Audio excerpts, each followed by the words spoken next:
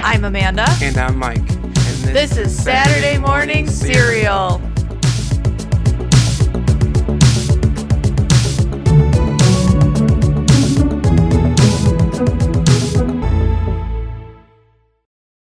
Hey everyone, and welcome to our season finale of Saturday Morning Cereal, Season 4. I'm Amanda, here with Mike, and today we are going to have a discussion on the new Star Wars television series on Disney Plus and Hulu, Andor. Also, we're just going to talk about a couple upcoming movies and shows that we're particularly excited for in 2023. Once again, though, apologies for the lateness in this episode. Life just happened for us, and it seemed like every time we wanted to record this episode, something happened, and it just diverted our attention. So, again, apologies for the delay in this, and before I say anything too, happy holidays, whatever you celebrate. I hope you guys all have fun with family, friends, nice and relaxing time. So, without further ado, let's get into the discussion. All right, and we again want to welcome back Serial fan member Chris. Welcome Glad back to to be the back. podcast. Once again, Chris is a huge Star Wars fan, so very excited to have him back on here. So let's kick off the discussion. So Andor is, of course, following the adventures of Andor before Rogue One, and he is the gray moral character introduced in that movie. So Diego Luna does return as Cassian Andor. We also have Stellan Skarsgård, who you might recognize from the Thor movies as Lutheran, and we have Guinevere O'Reilly as Mon Mothma, and we have Adrena Arjona as Bix, and that's pretty much the main cast. And Andy Serkis, of course, pops up as... Remember Andy Serkis' name? I don't remember the character's name, no. But it was pretty cool to have him back on, though. Yeah, he's just Andy Serkis. Yeah. I can't remove him from being Andy Serkis. He's just Andy Serkis. Except when he's Gollum or Smeagol. Then he's those. So, Andor's kind of split up into, I guess, 3 different, miniature adventures, right? So we have the opening first couple episodes that deal with Cassian Andor on his this planet he settled on with his adoptive mother as he tries to run around and escape this evil corporation that is policing the planet. We have a whole heist type of situation after that, and then we have a prison break, and finally we have what happens after the prison break? Just Cassian Andor coming back to his planet to say goodbye to his adoptive mother, who has passed away. Yeah, a lot of that is kind of fuzzy too after the prison break, just because it kind of fizzles out, in my opinion. I don't know. Chris, did you have a favorite arc or series of episodes in this show, or was the whole thing kicking for you? I think if I have to choose one, let's say of the 3 arcs, because you have kind of the intro, you have the raid, then you have the prison. If I'm choosing an arc, I would say the prison. I think for a lot of people, the prison scene is, and just those few episodes kind of shifted, I think, a lot of people's view of the show.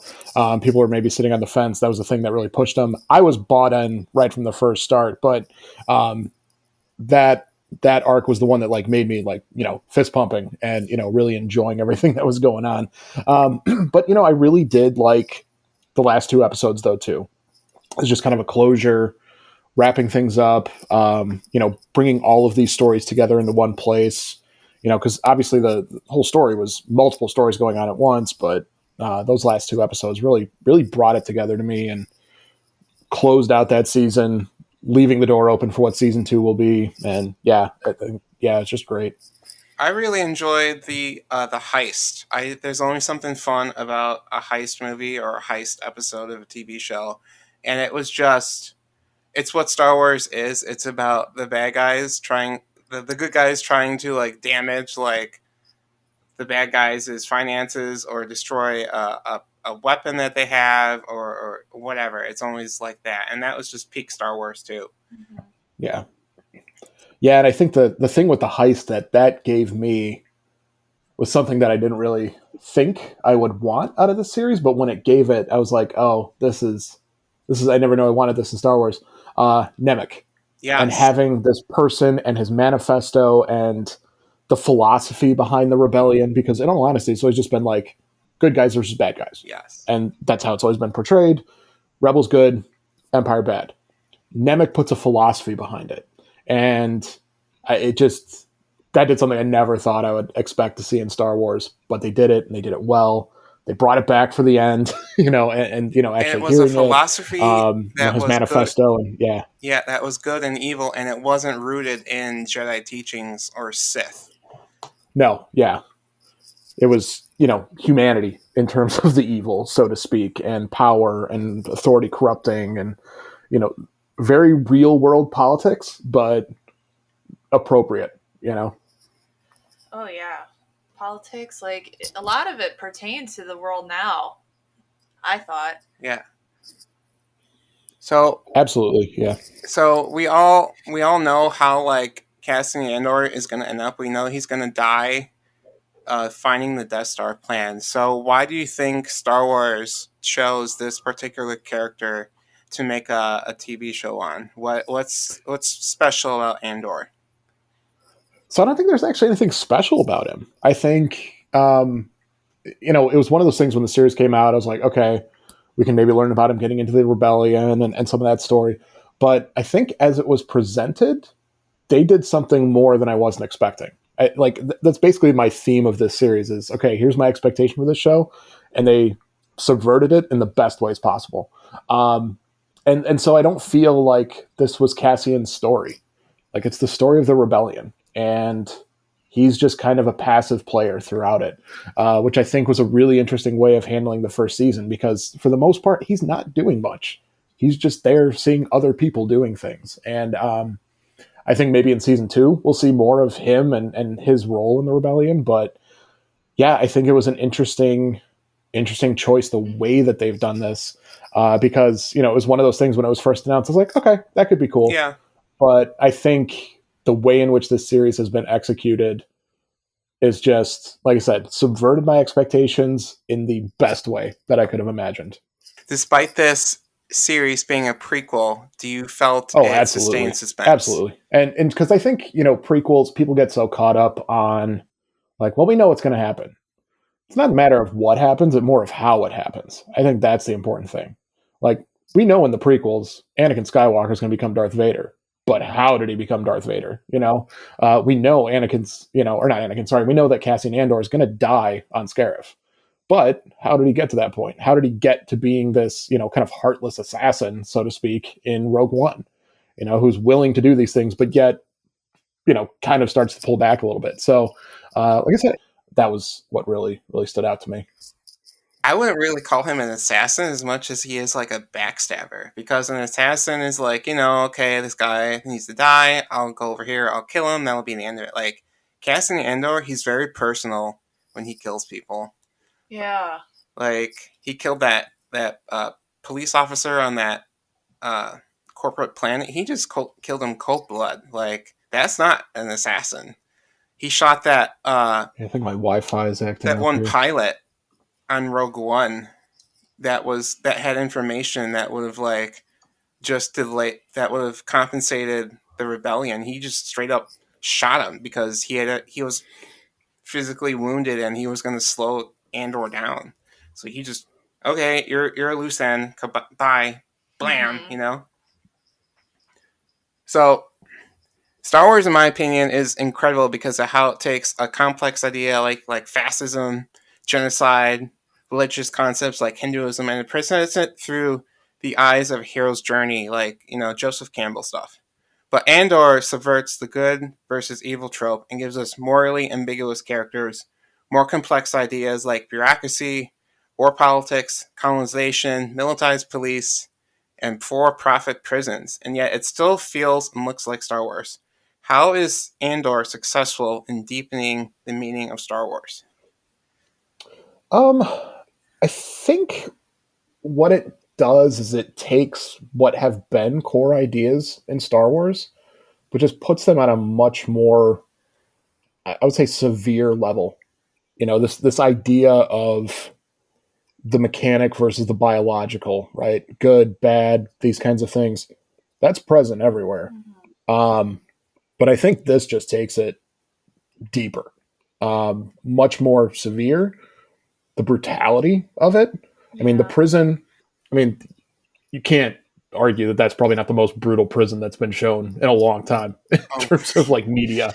Like it's scary. And it's not something that Star Wars usually has been, where you're watching something and you're fearful of what's going to happen. Like, that Star Wars, most of the time when you watch it, it's going to be a fun adventure romp with, yeah, okay, there's going to be some tension. Like, you're watching this, Cassian Andor will survive, but anybody else, you have no idea what's going to happen, other than Mon Mothma. She'll be fine. But there's a fear that they're able to put in and make the Empire scary again. I think the Empire has always been there. Everybody likes the Empire because they got the cool toys, right? Everybody wants TIE Fighter, the AT-AT Walker. Like, they want those toys. But I think now people look back and they're like, oh yeah, let's forgot they're space Nazis. So yeah. Mm-hmm. Yeah, I thought it was a little bit of a Squid Game type of situation going on with that whole prison thing. They had to work. I mean, Squid Game is different. They were there on their own. Mm-hmm. Like, they're the ones Yeah. that got themselves in that Yeah. whole thing. But it was just like the old man and the whole prison, like outfits and like wanting to escape and everything. Yeah, I enjoyed those prison scenes, and the brutality Mm-hmm. of it was just so great. the prison scenes for me was just like, okay, this is the American dream. Just work really hard. Keep your head down, and maybe you'll be free of like the burden of working. But no, they're like, no, you're gonna stay here for the rest of your life. Ugh. It was awful. So we were discussing this during Christmas, but you talked about like this structure, how the prison implements this kind of like big brother overseeing eye on the prisoners, but actually doesn't enforce it all the time. Could you Yeah. explain So more of that? there's a lot of philosophy that goes into prisons. So, for those who don't know, I'm a teacher. One of the things I also teach is like law and criminal justice and these kinds of things. And so there's actually a philosophy of prisons that's out there. It's this idea that um, it's called a panopticon. Basically, what it is, it's perpetual surveillance. You're being watched all the time, or at least you think you're being watched all the time, and that's what forces you to obey. And it's we live near Chicago, near Stateville Prison, and that was designed to be that type of prison. Wasn't successful, which I think kind of shows the issue of panopticon in general. But there's it's a horrific design. That mentally, psychologically, you're broken into obedience. Um, and yeah, I think the series kind of does it in the Star Wars way, but they did a really good job of showing how that sort of thing can actually be a very real thing. So, Chris, being a historian as you are, does Andor resemble any type of historical figure, or does the plot of the show remind you of any point in history? So I'll say it doesn't really make me think of anything specific in history. A lot of like decolonization themes, I'd say that. Obviously, revolutions are pretty universal, but he does remind me a little bit of, say, like a young Che Guevara. Che Guevara, if you don't know, part of the Cuban Revolution. He's very, ironically plastered all over T-shirts. Basically part of the capitalist machine at that point. But he was a Argentinian revolutionary who, became involved in the Cuban Revolution with Fidel and Raul Castro. Got involved in Bolivian revolutions. But he was always somebody who kind of was moving from revolution to revolution, and his philosophy was changing as he was experiencing things. So I was always kind of being drawn to that.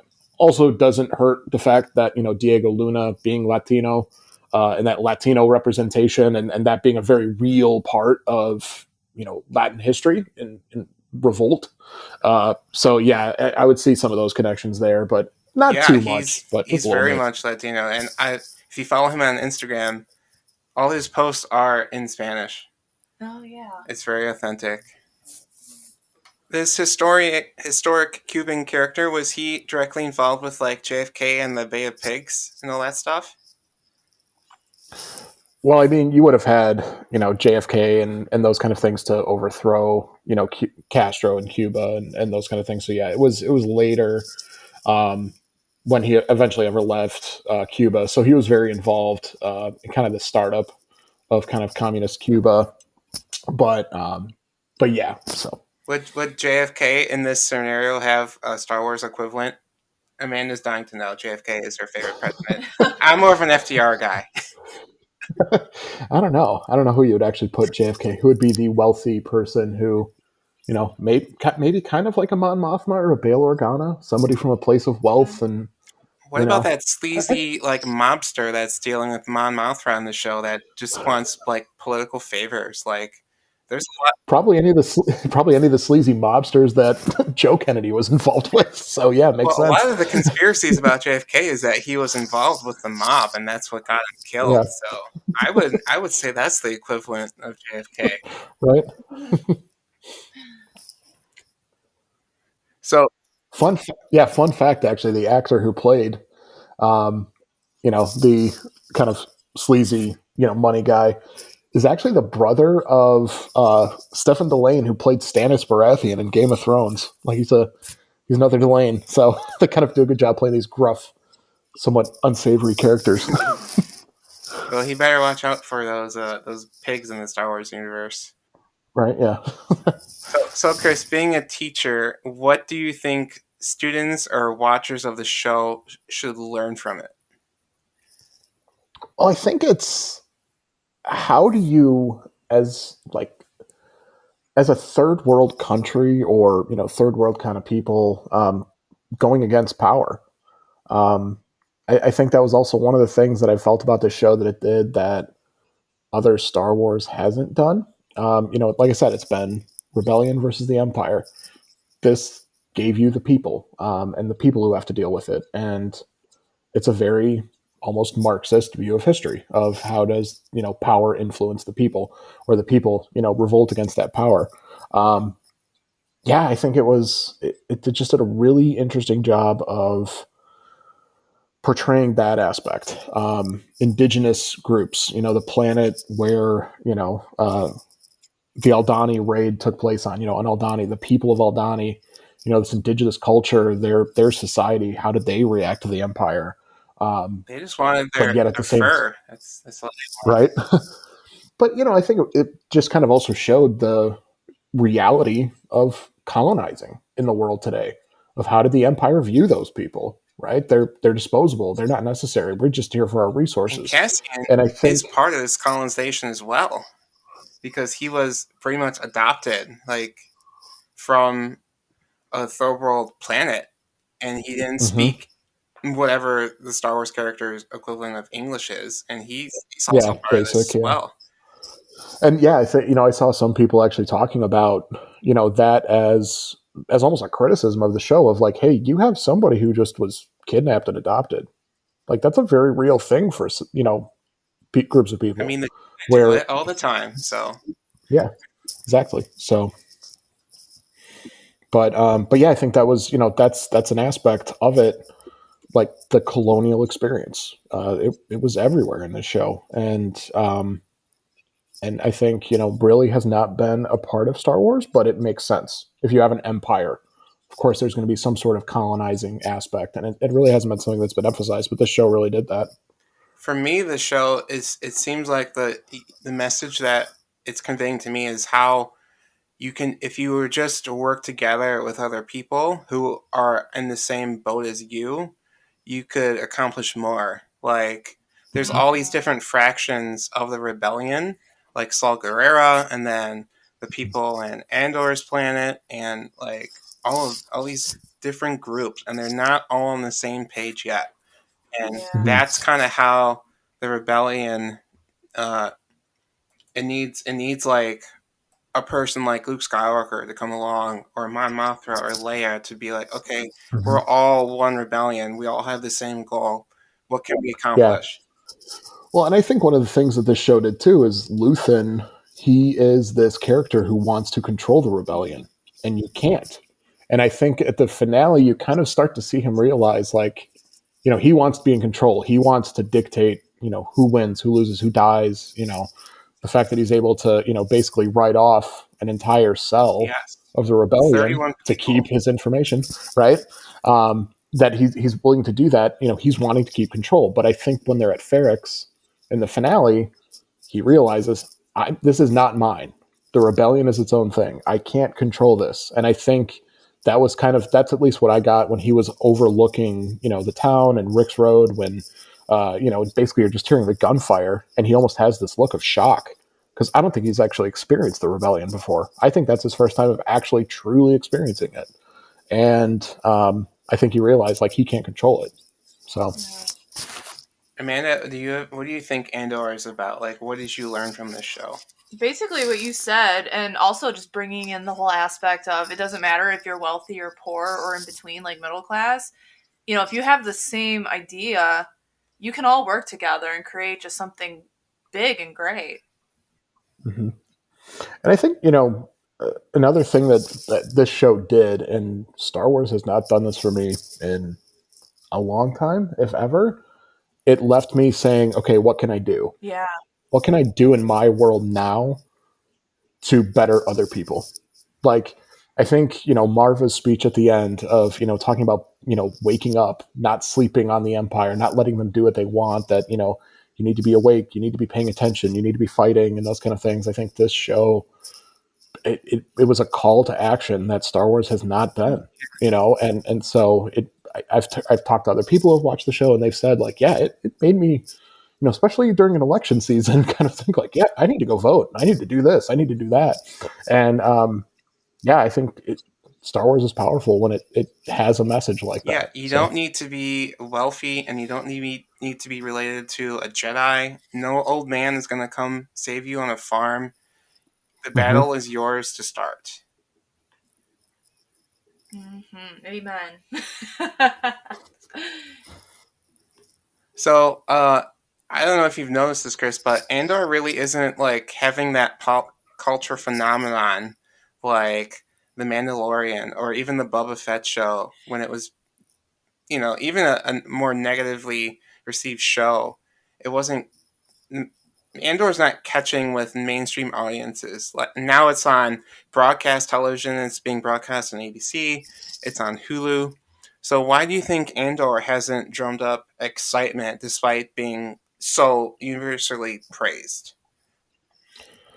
Well, I think it's hard to sell. I'll put it that way. It's not you aren't going to get toys from Andor. Not many people are going to, kids aren't going to be wanting their Imperial, ISB, play set of sitting around the table and talking about, politics. But I think, like I said, it's not marketable, which Mandalorian has that because you have Grogu and that thing can sell anything, right? Yeah, you just got And a gift bag yesterday with Grogu on it. exactly, right? So, like I said, you can sell anything with that thing's face on it. So, Mandalorian's sellable, right? It's the Star Wars marketing machine at its finest. Still a good story, but it has that. Obi-Wan versus Darth Vader, you're going to pull people in for that. Boba Fett, it's Boba Fett, right? It's all of these things that people have either asked for or it's the marketing. I mean, This is not that kind of show. Like this is the show where it's like, oh, I'm going to attend a political science lesson and a history lesson and feel depressed while watching 12 episodes. Like it's not that type of show where most people are going to enjoy it. So yeah. yeah, it would be like going to like a political rally or like a political science like forum and then walking through a gift shop. Like, would you really buy anything? Right. Yeah. I mean, I would buy Nemec's Manifesto. I know that much. Like, throw that on Audible. I'd gladly listen and buy that. But so that's about it. So, what are you expecting out of the second season of the show? Like, I don't even like know how close we are to Rogue One and how far we are removed from um, Revenge of the Sith. Yeah. So this is about 5 to 6 years before Rogue One, season one.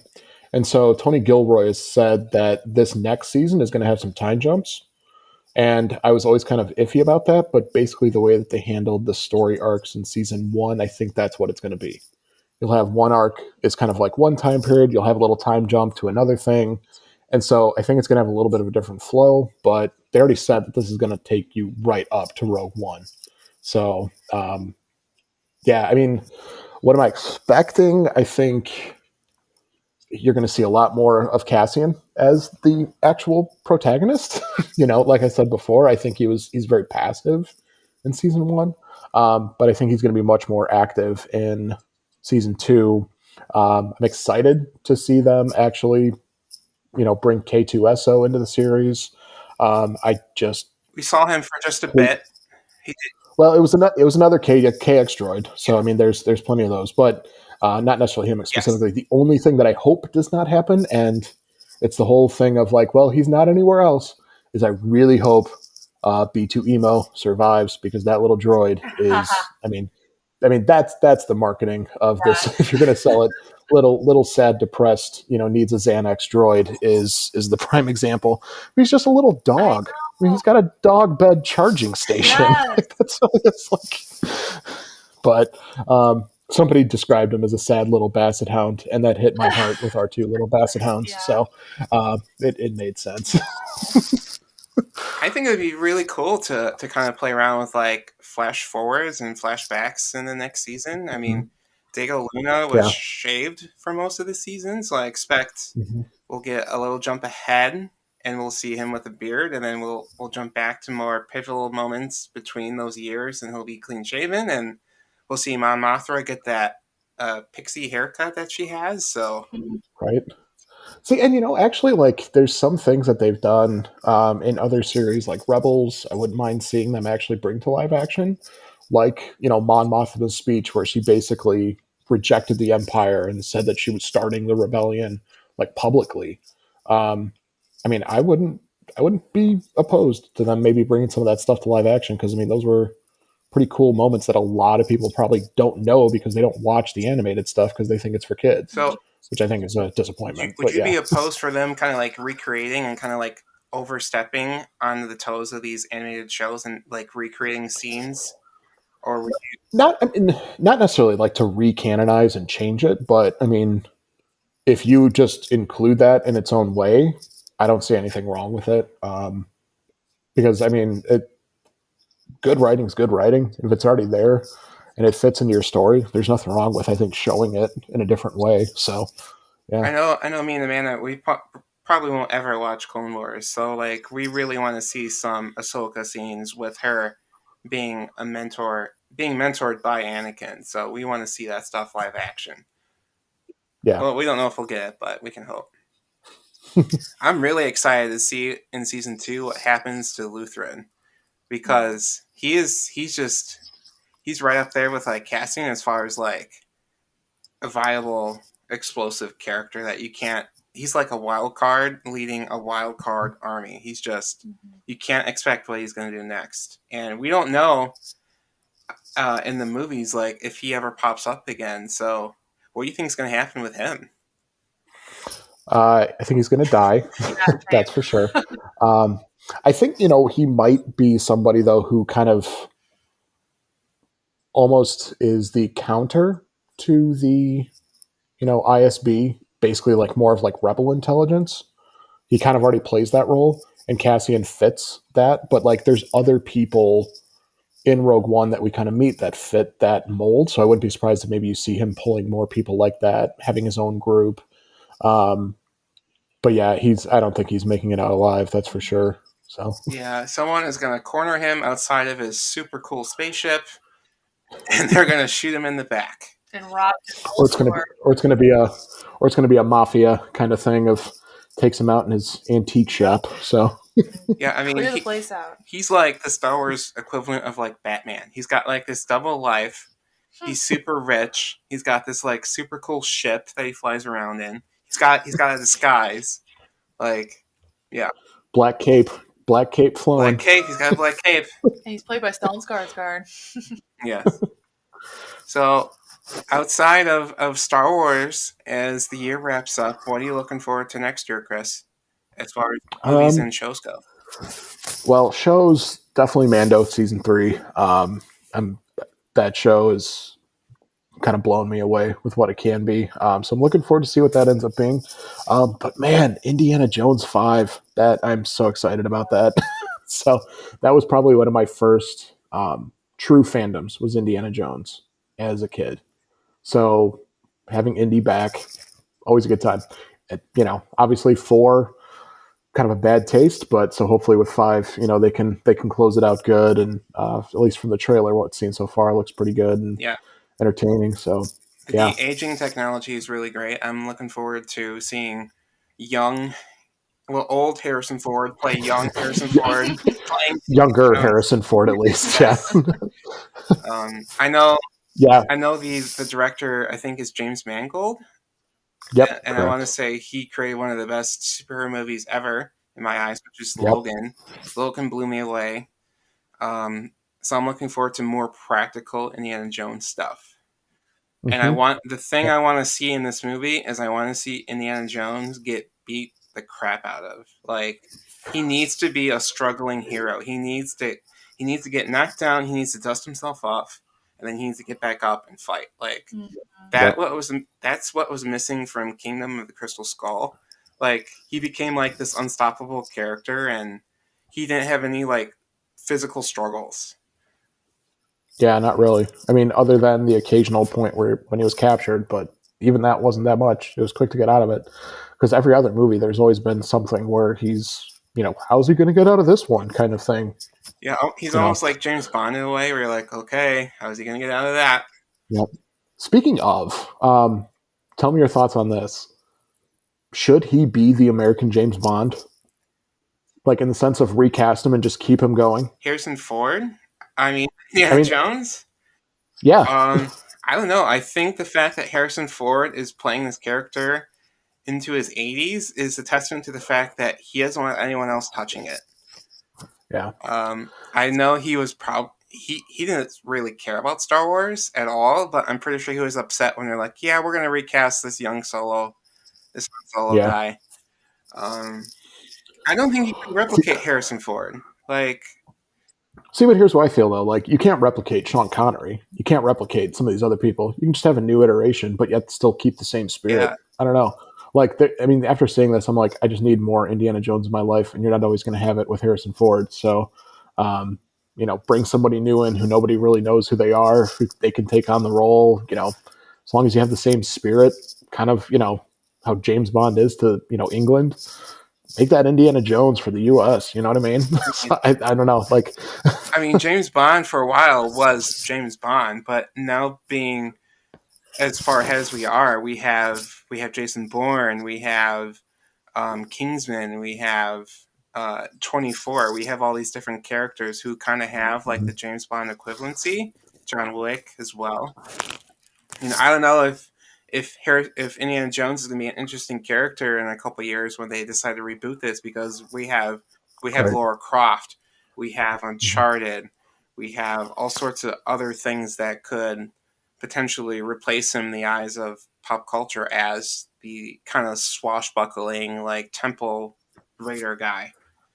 Which would be a shame, because who is the original? He is the original. You know what I mean? So, which obviously he's playing on tropes from other things from like the 50s and whatnot, but Errol Flynn. But yeah, I think it'd be a shame to just let him go away. That'd be my thought. But for me, it'd be like, okay, Zorro is really cool. Zorro was like a character with an identity. He wore a mask. He fought crime. But then we got Batman. And how many people are going to go, oh, Batman is pales to Zorro? Like, yeah. Amanda and I are really looking forward to Ant-Man and the Wasp. Yes. Quantumania. And we're looking forward to Loki season 2. Getting back to Ant-Man and the Wasp, I really feel like it's going to surprise a lot of people about how serious it's going to be. If you watch that trailer, there's only one joke in it, and the rest of it is just beauty shots. and Mm-hmm. like mystique and wonder. And Jonathan Majors is so ripped. Yeah. I didn't even realize. We saw him in another trailer for a different movie. Creed 3. Creed 3. And I'm like, Yep. that's Jonathan Majors without a shirt on? Holy crap. Like, because he's just so cloaked up in Loki season 1. So I'm Yeah. like, okay, he is actually probably a real threat. Yeah. So here's the thing, like, yeah, we didn't really see him. Are we going to get much of Luis, Kurt, and Dave? I hope so. And I want Luis. I I mean, need those story time. right? The monologues, Yes. yeah. I feel like the very beginning of the movie is going to be like a monologue from Luis, just recapping everything that happened. That'd be awesome. Right. That would be ideal, because then we Yes. could have like all the other Avengers being dubbed over by him, and that would make me crack up. I would laugh. Right. I just want a whole retelling of the Marvel Cinematic Universe by Luis. There we go. Yep. So, that can be What If Season 3. And we're thinking, like, who from the Loki series could potentially pop up in this movie? And I think Renslayer could be a really good one. Like, maybe even a different variant of her, because she is King's lover, essentially, right? Yeah. So Mm-hmm. that'd be interesting. For me, when I watch Loki and now going into Ant-Man and the Wasp: Quantumania, I just look at Sylvie and I'm like, this woman is going to be the leader of the Avengers going forward. She's amazing. Like, how big of a twist would it be that a variant of the original Avengers villain is the leader of the next wave of Avengers? That would be so cool to me. That would be awesome. I love Sylvie. Yep. Yeah, that's the one thing where it just kind of how that season ended and kind of leaving, like, okay, where is she? What's she up to? You know, that's all questions. All questions. So excited for Loki season 2. That's probably going to be like the thing of 2023 for me. Yeah. So, you know, I mean, I am very excited for Ant-Man and the Wasp, and there's like a couple horror movies coming out. Well, they're announced, but, you know, not confirmed, that I'm looking forward to. So, but yeah, definitely Loki season 2 for me. We'll see. Yeah, I mean, I'm sure probably sometime over winter break here, I'll probably see Avatar, and who knows, maybe if Avatar 3 comes out on schedule, who knows how that'll fit after seeing Way of the Water. But yeah, that's probably going to be our season premiere episode, is going to be Avatar. So we're very, you know, I have not seen the first Avatar, regrettably. Oh, really? Yeah, Okay. I know. I'm terrible. I mean, I watched clips in school. Like, we would analyze some of the CGI and all that in animation class, but I never sat down and watched it. So we're gonna do that, and then we're gonna go see the second one. It's a disservice that you don't see it in 3D in an IMAX theater. It's the Right. only way to watch it in my eyes. Yeah. Oh. Yeah, I mean, it's part of the whole experience. Yeah. I think, you know, and the only other thing really, I mean, there's a bunch of other things I'm looking forward to, but the one thing that when it was announced, I was kind of like, okay, what's this going to be? But the more and more that I'm kind of hearing, Oppenheimer, Christopher Nolan's new movie about, you know, John J. Oppenheimer and the creation of the nuclear bomb. History teacher, obviously, but, you know, I just love a good Nolan movie, and I'm very interested to see what that's going to be too. That's awesome. So that's going to be great. I mean, Christopher Nolan, he doesn't disappoint a lot, and he's just the king of suspense and action in my eyes. Yeah, and you know what? I'll say it. He is, and there's some people who probably disagree. In my opinion, he is this era's Kubrick. Oh yeah. You know, I mean, he, like, Interstellar. A lot of people struggle with Interstellar. I particularly love every bit of that movie, just because of the science that it plays with, and I think, you know, all of his films just do so much, and, you know, even the popcorn films like the Dark Knight trilogy, you know, they're still just great film on their own, let alone comic book movies. But yeah, he's one of the always must sees for me is Christopher Nolan. You gotta appreciate Interstellar when they actually were able to publish research papers off of the information they gathered from making the movie. Yeah, and I actually saw something too where there was one of the physicists who was working on it said, you know, when they finally got a picture of a black hole, people were like, well, I thought you said that your model for Interstellar was what a black hole would look like. He goes, well, yeah, but here, take with the model here, turn it 90 degrees, and then put it as if we were actually looking at it from space, and it looked exactly the same. So I was like, so no, yeah, we were correct. It's just we're closer and more able to actually see it in the movie. I'm like, it's insane. So. Yeah, I really appreciate it, because at that time I was in physics 2, and I had skipped physics 1 because I had taken meteorology instead. So I jumped into like, quantum physics, time travel, black holes, space. And then that movie came out. I was like, wow, what a great way to visualize all of that stuff. like space, like time dilation, I think it's called. Like, what a great way to just conceptualize that. It takes you like out of body just thinking about this stuff too.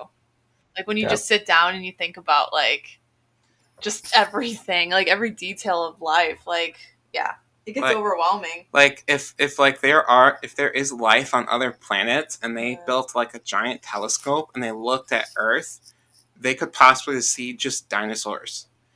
Yeah. So what if they're over there? They're like, this whole planet's just covered in giant lizards, man. We can't go over there. Yeah.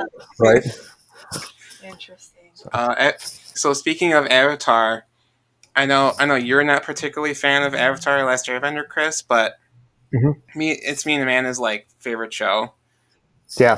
So we're looking forward to the live adaptation on Netflix. Very much so. They're not going to be able to do anything with it until Avatar: Way of the Water comes out and like markets itself, just because of the confusion with the name.